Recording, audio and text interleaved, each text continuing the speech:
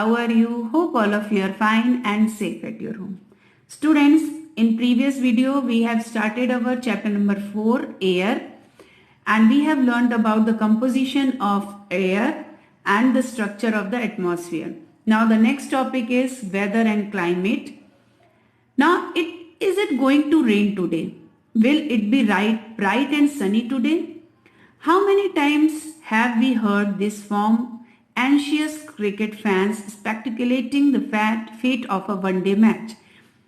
If we imagine our body to be a radio and the mind its speaker, weather is something that fiddles with its control knobs. Now weather is this hour-to-hour, day-to-day condition of atmosphere. A hot or humid weather may make one irritable. A pleasant breeze weather may make one cheerful and even plan for an outing. Now weather can change dramatically from day to day. However, the average weather condition of a place for a longer period of time represent the climate of a place. Now do you understand why we have daily weather forecast? So students, here there is a difference between weather and climate. कि अक्सर जो cricket fans होते हैं जब भी कभी one day match होता है तो उस समय उनका जो एक क्वेश्चन रहता है कि क्या आज बारिश होगी, क्या सूरज निकलेगा, ब्राइट होगा, इस तरह से कई बार जो सवाल हैं वो उठ के आते हैं.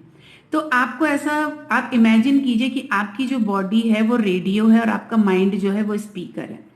तो weather is something that fiddles with control knobs. So weather एक ऐसा है जो कंट्रोल नॉब्स के साथ काम करता है. Now weather is this to hour, day-to-day condition of atmosphere. Atmosphere का जो घंटे से घंटे और दिन प्रतिदिन का जो कंडीशन होता है उसे वेदर कहा जाता है. एक हॉट और ह्यूमिड वेदर जो है वो सबको इरिटेबल करता है, उससे परेशान होते हैं. प्लीजेंट और ब्रीजी वेदर रहता है तो वो लोगों को खुश करने वाला होता है, तो लोग उसके लिए आउटिंग का प्लान करते हैं. तो वेदर जो है वो ड्रामेटिकली चेंज होता है डे टू डे, मतलब रोज जो है वो बदलता है. जब एक एवरेज वेदर कंडीशन एक लंबे पीरियड के टाइम पर प्रेजेंट रहेगी, रिप्रेजेंट होगी, उसे क्लाइमेट कहा जाता है. तो इससे आपको समझ में आया होगा कि क्यों जो वेदर फॉरकास्ट है, रोज का जो वेदर रहने वाला है उसके बारे में बताया जाता है. Now next point is temperature. The temperature you feel every day is the temperature of the atmosphere. The degree of hotness and coldness of the air is known as temperature. कि जो टेम्परेचर आप feel करते हो, जो तापमान आप रोज feel करते हो, वो आपके एटमॉस्फियर का टेम्परेचर होता है. तो डिग्री ऑफ हॉटनेस, गर्मी और जो ठंडी होती है हवा की, वो टेम्परेचर उसे कहा जाता है.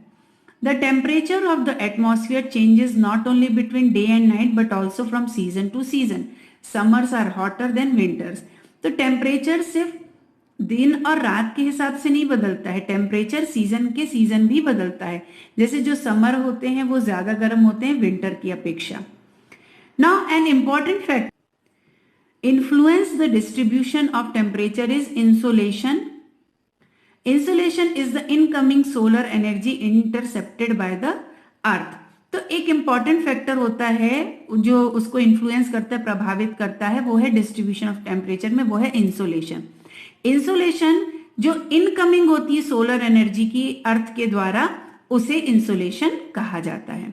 Now the amount of insolation decreases from the equator towards the pole. तो जो अमाउंट होता है इंसोलेशन का वो डिक्रीज होता है, घटता है इक्वेटर से पोल्स की तरफ जाने में.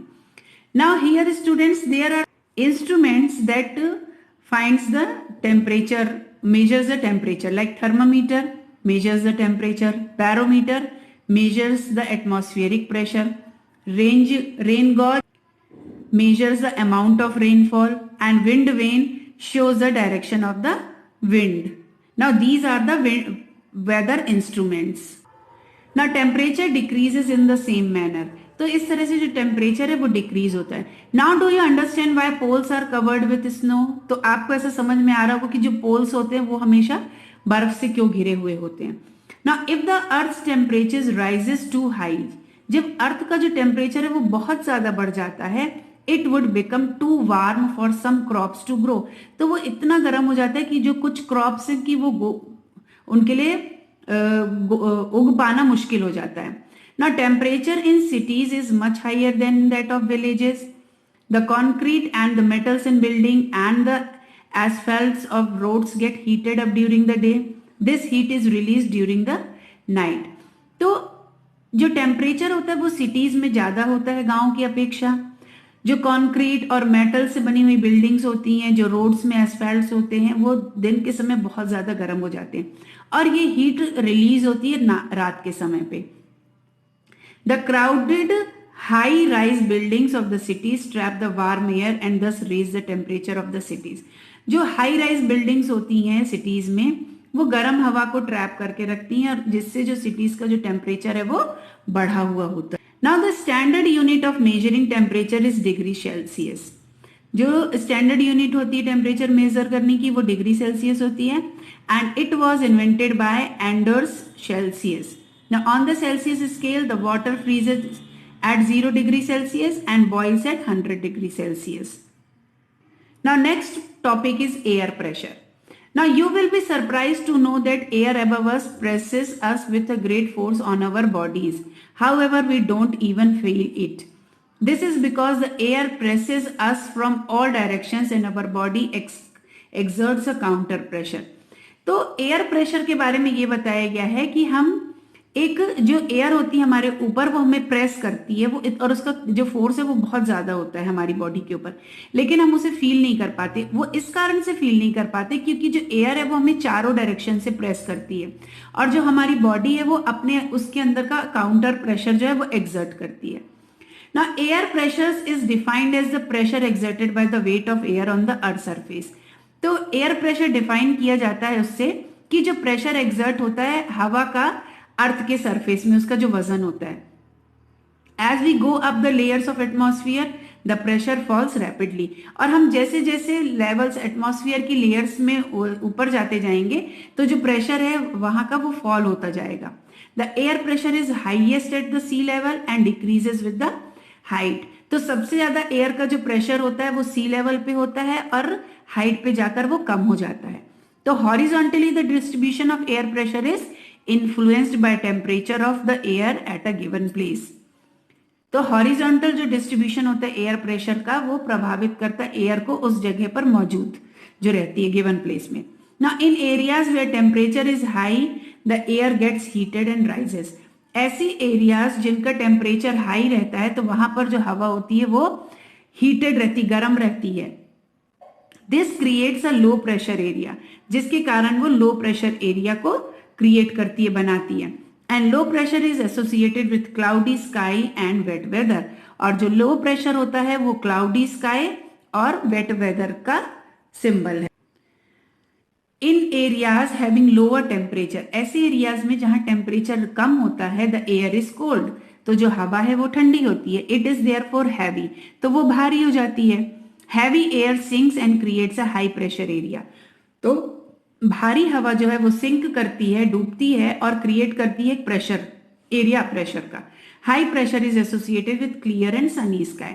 और जो हाई प्रेशर का एरिया होता है वो एसोसिएट करता है क्लियर और सनी स्काई का.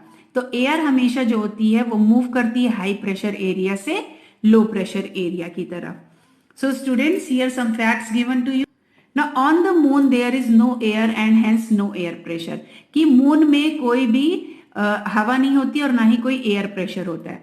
Astronauts have to wear special protective space suits filled with air when they go to the moon. तो एस्ट्रोनॉट्स जो होते हैं वो जब स्पेस में जाते हैं वो तो एक स्पेशल तरह का सूट पहनते हैं जिसमें हवा होती है मून में जाने के लिए.